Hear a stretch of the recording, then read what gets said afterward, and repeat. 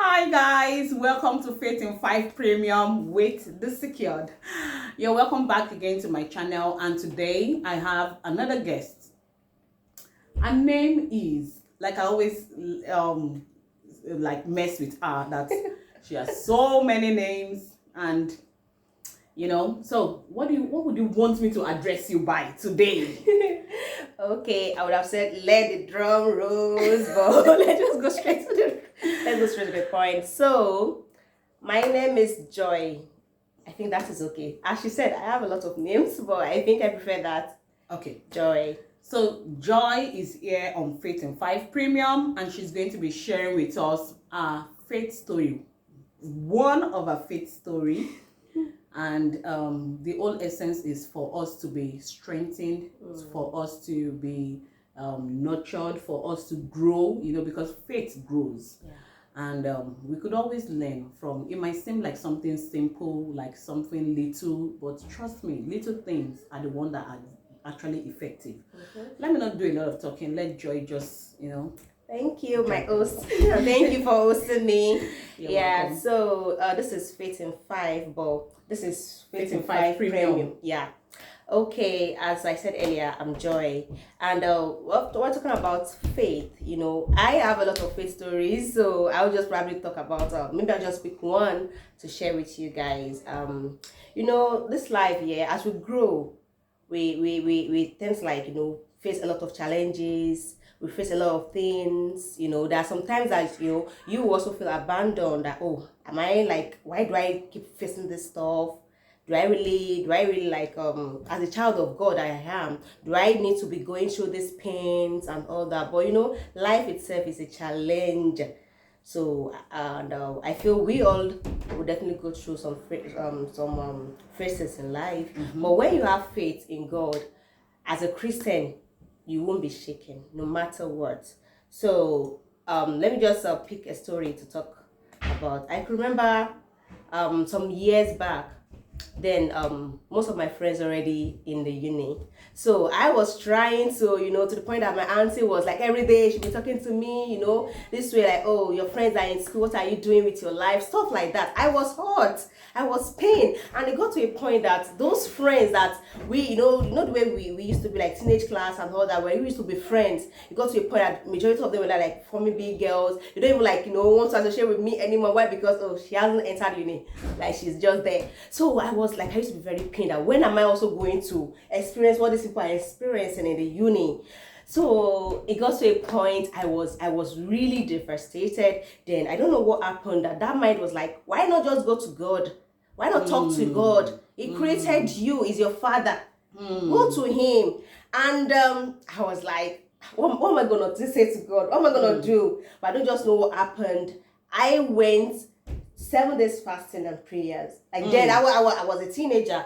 So I did 7 days fasting and prayer with faith that, oh God, once I'm done with this fasting and prayer, I don't know how it's going to happen, but it will happen. But lo and behold, during the fasting and prayer, I was as well sending messages to schools, trying to get admissions and all that.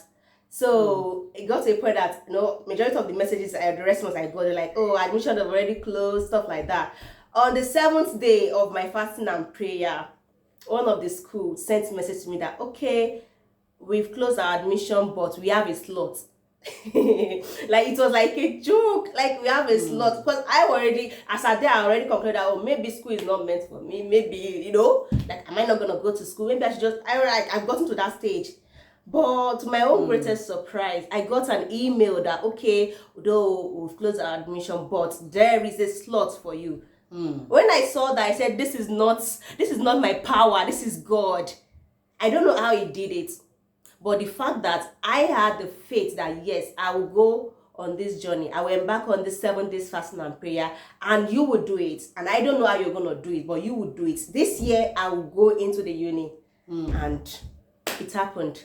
And when I told my aunt that, oh, I've gotten an admission, so I think she probably felt that maybe nothing good will come out from you. Kind of stuff, because the way she, I know what you're talking about. Seriously, the look on her face, admission. Let me see. No, she doubted it. Let me see your phone. I showed her. Let me see your offer letter. Seriously, like Admission letter. let me see. Like I was like, I felt like I was really, African I was families. really down. Like, what do you even take me for? I made nothing. Like, can't I achieve anything? You know? And she's like, really? You got admission? Let me see.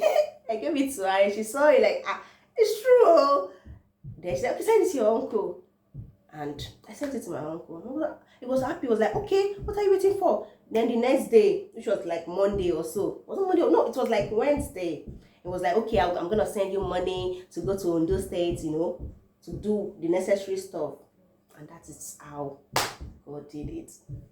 I like that. That is how God will do your own. Amen. Whoever is watching out there, that is how God is going to do it. Amen. I like it looks like all these movies where they will not show that the villain is dead. But that is it with God. At the end of the day, you're going to smile. The story is going to be beautiful. Yeah. And I like that you knew God when you were a teenager. Yeah. You know, like I said, God works with baby steps. Don't let anybody try to make you feel bad that you don't read, you've not read the whole Bible before, or that you don't read 10 chapters a day. God is not looking for such people only. He's looking for even the one that is just going to read a verse. Exactly. Even as a teenager, she believed that, okay, I'm going to take this. You know, like we talked in our past series, faith is your own journey with God. I can't use my journey and Joy's journey. Yeah. Yes, I can use Joy's story to strengthen my faith and to, to work on my journey. She decided to take 7 days, and she said that, God, I believe. Faith is belief. Yeah. That after these 7 days, something good is going to come out. And it came out. We also talked about it in our past series that you might start and it might be looking like nothing is happening. But trust God. It's a trust. Exactly. Day 1, day 2. We also talked about the fact that faith without works is dead. Yeah. She didn't just sit down and say, I believe, I'm trusting God for admission. No. She wrote to schools. Wrote to schools. And on the 7th day, light. And something like that also happened when I went for service. Going for service, they tend to send you to schools, primary school where you suffer. Let me not put it that way. So I was sent to a primary school. God, that place was so bad. Entering the place, see the mosquitoes flying. So I was like, am I going to be in this place? And I was kind of worried as well. And someone was like, I don't know if it was God that sent this guy to me. It was like, I can see you're worried. You're a child of God. Why not just go to God, talk to God? And I was surprised. Funny enough, I went out to get I went out to get stuff that day, and I don't know how this guy saw that maybe this lady is not feeling good or so. Because I was like, how can I be in this place? God, that place is nothing to talk about. So I spoke to God just the way the guy said, why not just go and talk to God? Because it's good to believe. It's really good to believe, because there are times that even when you want to believe, something will be pulling you back. Yeah, always. Something will just be pulling you back, and that is the devil. Always. That is the devil. Like, should I? You just see that you're feeling reluctant. Or might even speak through someone and they will say everything is not God. Face reality. Exactly. And everything is God. Everything is spiritual. Seriously. And I felt that I was kind of reluctant about it, but I don't just know what happened. But I see that I speak to God God, I don't want school. I want a better place. And the proprietor of that school too was showing shege, was doing all sorts. Well, God did it. I ended up doing my service at a psychiatric hospital, neuropsychiatric hospital in Arrow. And it was smooth, it went well. The pay was good. I was getting money from the federal government and good pay from the hospital itself, because it's a federal psychiatric hospital. I was like, just talk to God and believe. That's just it. Many a times the enemy want to close your mouth, but